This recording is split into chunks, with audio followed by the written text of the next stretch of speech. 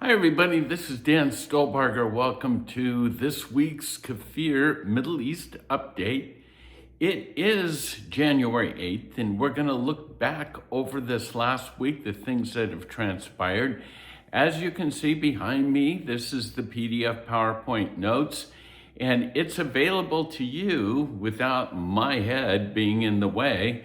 On the YouTube page, there should be a link there, so just click on it and you'll have the entire, PDF notes. So let's take a look, let's jump in and see our news bites for this week. The reality of Gaza, Hamas.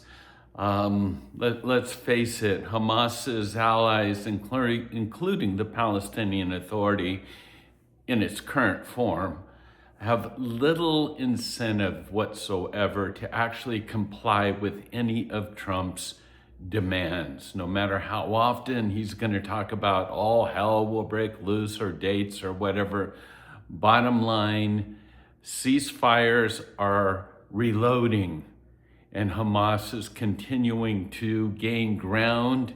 And it's just going to be a matter of time until Israel has to go in once again.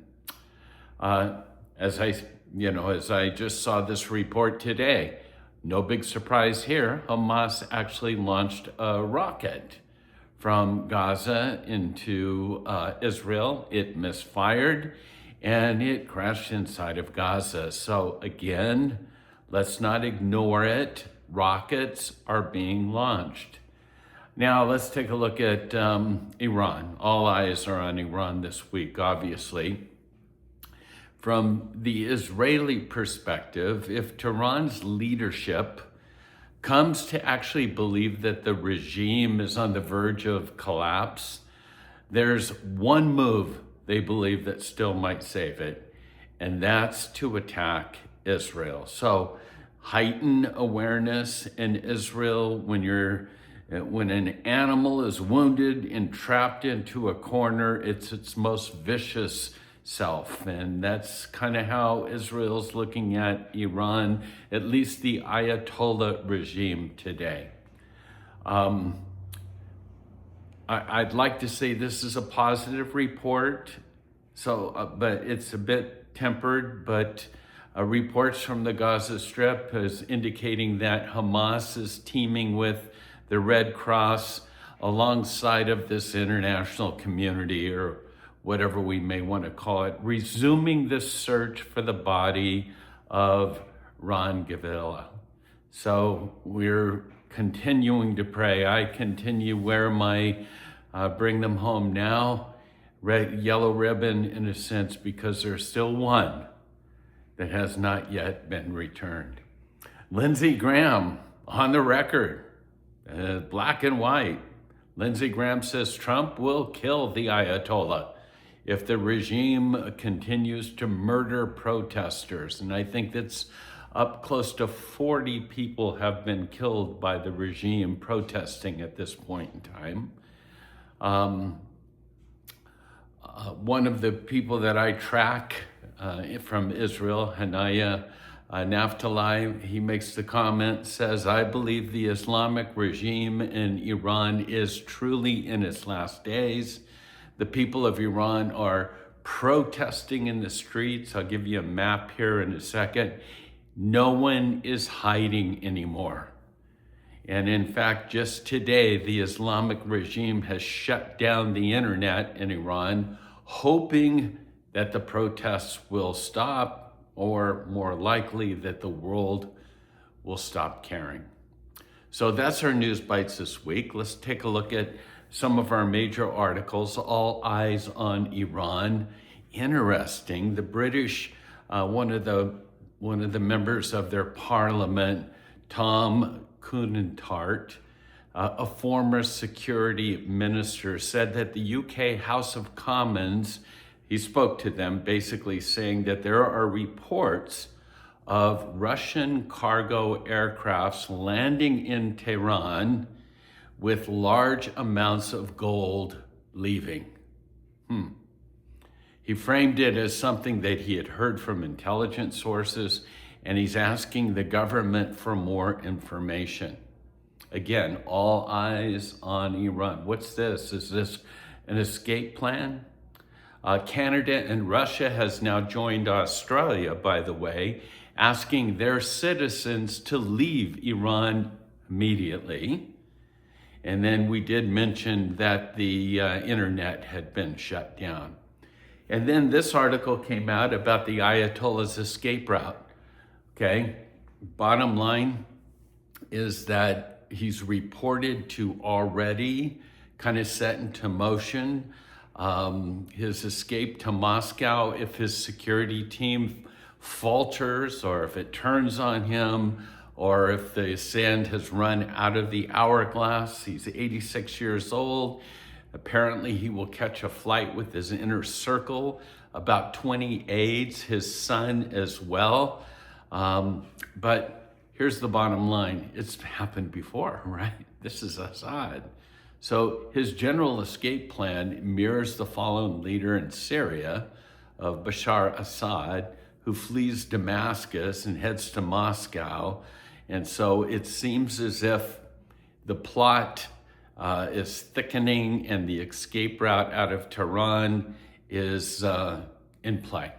So we once again, who knows what this next week will hold, but currently all eyes are on Iran. And this is the map that I promised you, indicating all the major areas of cities where massive protests are taking place.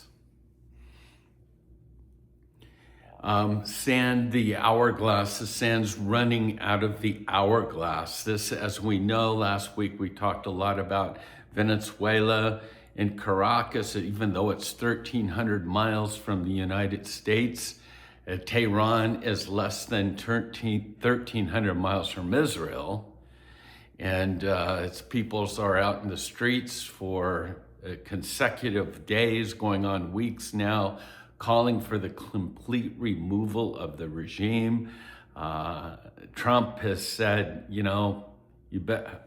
he's already gone on record saying, we are locked and loaded. We will respond if there's any more killing that's taking place. You just wonder how well the Iranian dictator will be sleeping these days. In the picture here, you see one of the billboards throughout Iran of Khamenei just being set into flames. Let's talk a little bit about Hezbollah and what's going on. Today, the Lebanese army basically stated that Hezbollah is now disarmed south of the Litani River. The IDF responded by saying, right. They said the Lebanese army statement is disconnected from reality. Hezbollah remains in southern Lebanon with armed cells and terrorist infrastructure. Remember, the ceasefire was arranged in November of 2025, and both Israel and Hezbollah was to vacate southern Lebanon up to the Litani River in order to be replaced by the Lebanese armed forces. And so, and Israel was not blind to this. They maintain 5 strategic posts along the border, but the pressure's on Lebanon. But this statement is really a joke. Since the ceasefire, the IDF has killed over 380 Hezbollah operatives, members of the terror groups in south of the Litani. They've hit hundreds of Hezbollah sites. They've conducted over 1,200 raids in this area and smaller operations. And so just because this statement is made, let's just put it this way, Israel's not taking it seriously. We'll see if Trump does. And then I have an interesting development. My friend Moshe in Jerusalem will say, I always love to hear him say this. He says, God is on the move today.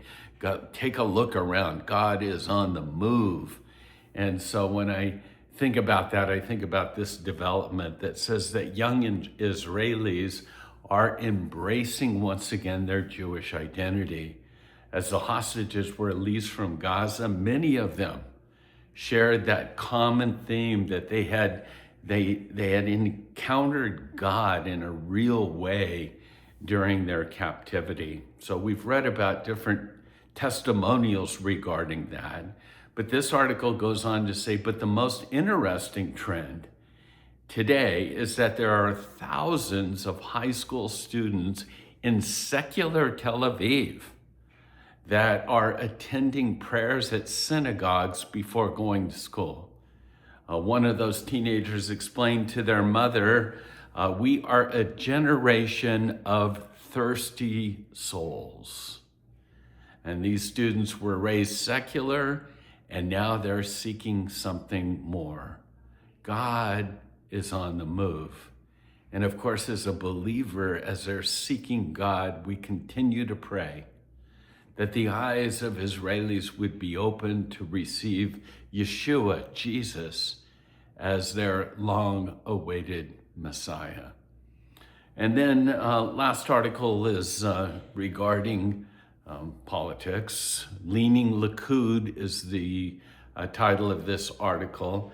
It appears that there is a struggle that's taking place in the American administration right now, whether it's Jared Kushner or Steve Witkoff. It seems like, you know what, they've had it with Bibi.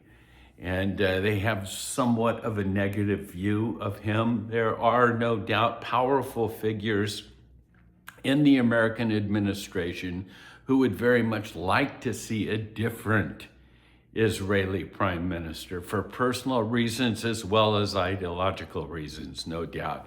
But even a larger part of the administration, Secretary of State Rubio, Defensive Secretary Hegseth, Ambassador Mike Huckabee, and many others are really full on Likudniks.